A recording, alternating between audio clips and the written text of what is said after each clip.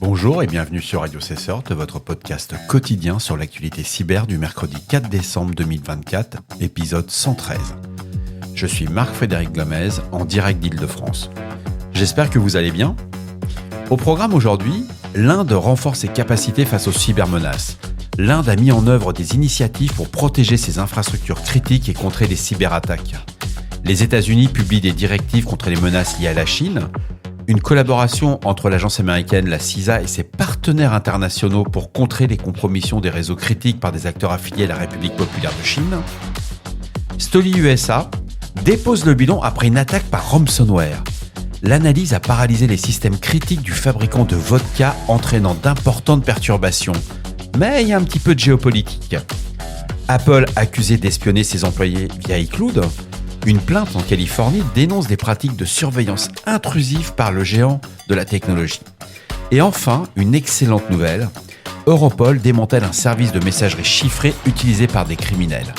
Cette opération internationale cible Matrix, une plateforme de communication exploitée pour des activités illégales.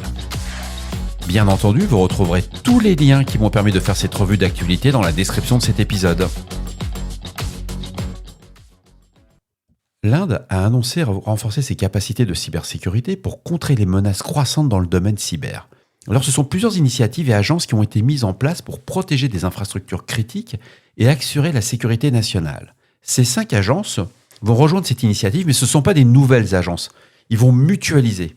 Et ce qui est assez intéressant, c'est que la première agence, c'est l'Indian Cybercrime Coordination Center, c'est l'I4C. Donc, c'est une agence qui date de 2020. Elle est vraiment dédiée pour lutter contre la cybercriminalité.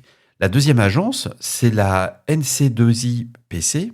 Elle se concentre sur la protection des secteurs essentiels tels que l'énergie, les services financiers, les OIV en un mot. La troisième agence, c'est le CERT India, qui lui existe déjà depuis 2017 et qui avait déjà lancé d'autres initiatives. Il y a la Defense Cyber Agency, liée à tout ce qui est les systèmes de défense et militaires.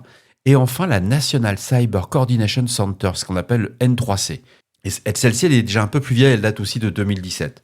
Donc toutes ces initiatives qui avaient été lancées individuellement ont montré que l'Inde avait besoin de renforcer sa posture. Et ce qui est surtout génial, c'est le fait qu'ils ont décidé de mutualiser tous ces ministères qui ne se parlaient pas au sein d'une même organisation. Donc ils vont garder un petit peu leur indépendance, mais on va dire qu'il y aura une holding, c'est surtout ça qui était intéressant. C'est passionnant, c'est à lire. C'est une excellente façon d'arriver à un bon niveau de maturité et de mutualiser des ressources qui ne sont pas extensibles à l'infini. Hier, le 3 décembre 2024, l'agence américaine, la CISA, en collaboration avec la NSA, le FBI et des partenaires internationaux, ont publié des directives conjointes intitulées EANSET Visibility and Hardening Guidance for Communication Infrastructure. Cette initiative fait suite à la compromission des réseaux de plusieurs fournisseurs mondiaux de télécommunications par un acteur affilié à la République populaire de Chine, menant une vaste campagne de cyberespionnage. Ce qui est hyper intéressant, c'est que toutes ces agences ne se parlent pas entre elles. Et là, elles ont décidé de faire un document commun avec des IOC, etc. C'est vraiment passionnant parce qu'on se rend compte que quand il y a une attaque par un acteur étatique, on a le choix. Soit on ne dit rien, soit au contraire, on va partager l'info et on va faire en sorte qu'ils ne puissent plus le faire. Et les opérateurs de télécommunications qui ont été visés, au début, il y a eu les États-Unis, il y a eu l'Angleterre, etc. Et là, tout le monde va se mettre autour de la table et dire « Stop, on arrête. La Chine va arrêter de nous espionner. » Donc, ces acteurs affiliés à la République populaire de Chine, qui ont ciblé les infrastructures de télécommunications, ont exploité des vulnérabilités connues dans les équipements réseau. On en a largement parlé lors de nos précédents épisodes. Ils ont utilisé des techniques telles que l'exploitation de failles de sécurité non corrigées, utilisation d'informations d'identification, donc ce qu'on appelle les fameux comptes. C'est une collaboration internationale qui souligne l'importance de la vigilance et de la mise en œuvre de mesures de sécurité renforcées pour protéger les infrastructures de télécommunications contre les cybermenaces persistantes, les fameuses APT. C'est vraiment à lire, c'est très instructif. On voit qu'on est en train de monter à un nouveau cran entre ce que fait en train de faire l'Inde et là, la CISA. L'information, on ne la garde pas, on la partage. Tant pis pour les espions chinois. Au mois d'août 2024, le Stoli Group USA, filiale américaine du fabricant de vodka Stoli, a été victime d'une cyberattaque par ransomware qui a gravement perturbé ses opérations. Cette cyberattaque a paralysé le système de planification des ressources de l'entreprise, donc l'ERP, forçant le personnel à gérer manuellement les processus critiques tels que la comptabilité. La restauration complète des systèmes n'est pas attendue avant le premier trimestre 2025. Alors vous êtes en train de me dire, attends, le gars il est en train de nous parler d'une entreprise qui se fait attaquer par ransomware, Il n'y a rien d'extraordinaire. Bah si, vous allez voir que derrière cette attaque, ce qui vaut la peine d'être creusé, c'est qu'elle a été exacerbée par des litiges juridiques en cours avec le gouvernement russe concernant la propriété de la marque Stolichnaya qui par la saisie de distilleries appartenant à l'entreprise en Russie. Et c'est tous ces défis qui ont conduit Solid Group USA et sa marque de bourbon Kentucky Hall à déposer une demande de protection contre les faillites en vertu du chapitre 11, avec des dettes estimées entre 50 et 100 millions de dollars. Alors quand on pense que... Au début, j'ai lu l'article, ça m'a fait un peu sourire. Et puis on se rend compte qu'il y a beaucoup de géopolitique. Il y a eu de la saisie d'entreprise. Il y a quand même... Il manque entre 50 et 100 millions de dollars dans la caisse. Et surtout, on dit que c'est la faute des Russes. Alors que tout simplement, la boîte s'est fait poncer, quoi. En décembre 2024, Apple fait face à une plainte déposée en Californie par Amar Bakhta, un employé du département de la publicité. La plainte allègue que l'entreprise surveille illégalement les appareils personnels et les comptes iCloud de ses employés, tout en restreignant leur liberté d'expression concernant les conditions de travail. Alors l'info vient de chez Reuters, Klubik l'a reprise. Ce qui est assez intéressant, c'est la méthode employée. Parce qu'on se dit, l'entreprise est en train d'espionner ses collaborateurs. C'est pas tout à fait ça. Quand même, quand on lit le document, Apple encouragerait ses employés à utiliser leur appareil personnel, donc on appelle ça du BIOD, à des fins professionnelles, en y installant des logiciels internes permettant l'accès à des données personnelles, telles que les emails, les photos, les vidéos, les notes. Et là, il y a The Verge qui a aussi repris l'information. Donc, la politique de l'entreprise qui autoriserait la collecte des données de localisation des employés, même en dehors des heures de travail. Ça, c'est The Verge qui remonte l'info. Donc, il n'y a toujours pas de preuve, mais on va dire, ça fait partie du jeu. Vous utilisez votre appareil personnel, vous savez que vous êtes tracé, tout ça, ça fait déjà partie du... Bon, donc l'employé est un petit peu choqué, mais ce qui est terrible, c'est que lui dit, moi j'ai une atteinte à ma vie privée, car ces pratiques pourraient entraîner une intrusion significative dans la vie privée, compromettant la confidentialité de leurs informations personnelles. Mais c'est surtout ce qui le gêne, c'est la restriction de la liberté d'expression.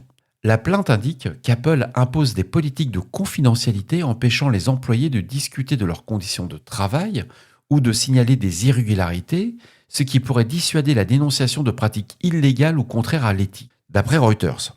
Bon, il n'y a rien de nouveau, quoi. Quand vous travaillez dans une entreprise, vous avez ce qu'on appelle un devoir de loyauté. Et si vous n'êtes pas content avec les conditions de travail, il y a les prud'hommes. Hein. Mais bon. Donc, il accuse Apple d'avoir mis en place des politiques permettant la surveillance physique, vidéo et électronique des employés, y compris dans leur bureau à domicile. Et de plus, il accuse que Apple encouragerait l'utilisation de comptes iCloud personnels pour le travail. L'entreprise pourrait accéder ainsi à des données sensibles stockées sur ses comptes, d'après Reuters. Bon, bien entendu, Apple a répondu. Apple nie catégoriquement ces accusations, affirmant que les allégations sont sans fondement et que les employés sont formés annuellement sur leur droit à discuter de leur salaire, horaire et conditions de travail. Ça s'appelle l'entretien de fin d'année.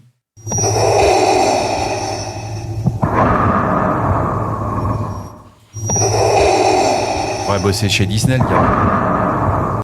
On a une excellente nouvelle. On a appris hier qu'une opération internationale coordonnée par Europol a conduit au démantèlement de Matrix, un service de messagerie chiffrée utilisé par des réseaux criminels, pour faciliter diverses activités illégales, notamment le trafic de drogue et d'armes.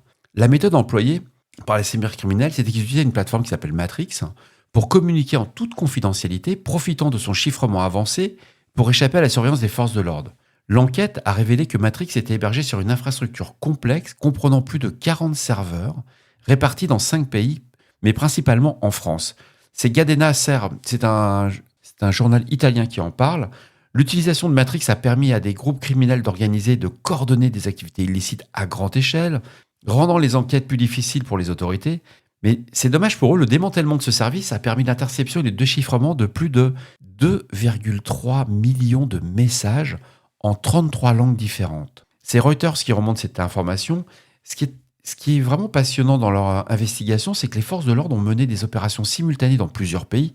Ils commencent à être assez bons là-dessus. Europol, Interpol, ou ainsi qu'avec Eurojust, ça fonctionne super bien. Mais ce qu'on voit, c'est qu'ils ont été notamment en Espagne, en France, en Italie, en Lituanie et aux Pays-Bas. Avec le soutien d'Europol et d'Eurojust, en Espagne, la police a arrêté 2 personnes à Marbella. Elle a saisi 145 000 € en espèces, mais surtout, elle a saisi 974 téléphones. Je ne sais pas si vous vous rendez compte, pour avoir le nombre de prises pour recharger les téléphones, il en faut un petit paquet quand même. Hein. Donc, un atelier de réparation de téléphones chiffrés a également été démantelé et plusieurs portefeuilles de crypto-monnaies ont été saisis. Et cette opération fait suite à des affaires similaires qu'on a pu voir ces dernières semaines contre des messageries chiffrées utilisées par des criminels tels que EncroChat ou SkyECC. Et ça démontre toujours l'engagement continu des forces de l'ordre. Il y a le temps judiciaire, il y a le temps cyber. Nous, dans le cas de la cyber, on veut réagir tout de suite, immédiatement. Mais quand même, pour une fin d'année, c'est bravo, quoi. Et voilà, ce podcast de Radio Cesseur du mercredi 4 décembre touche à sa fin. J'espère qu'il vous a plu, qu'il vous a apporté des informations utiles. Je remercie chaleureusement l'ensemble des membres du Clusier Bretagne avec qui j'étais hier. Ce fut très sympa d'échanger sur la cybermenace. Ce fut passionnant mais très court.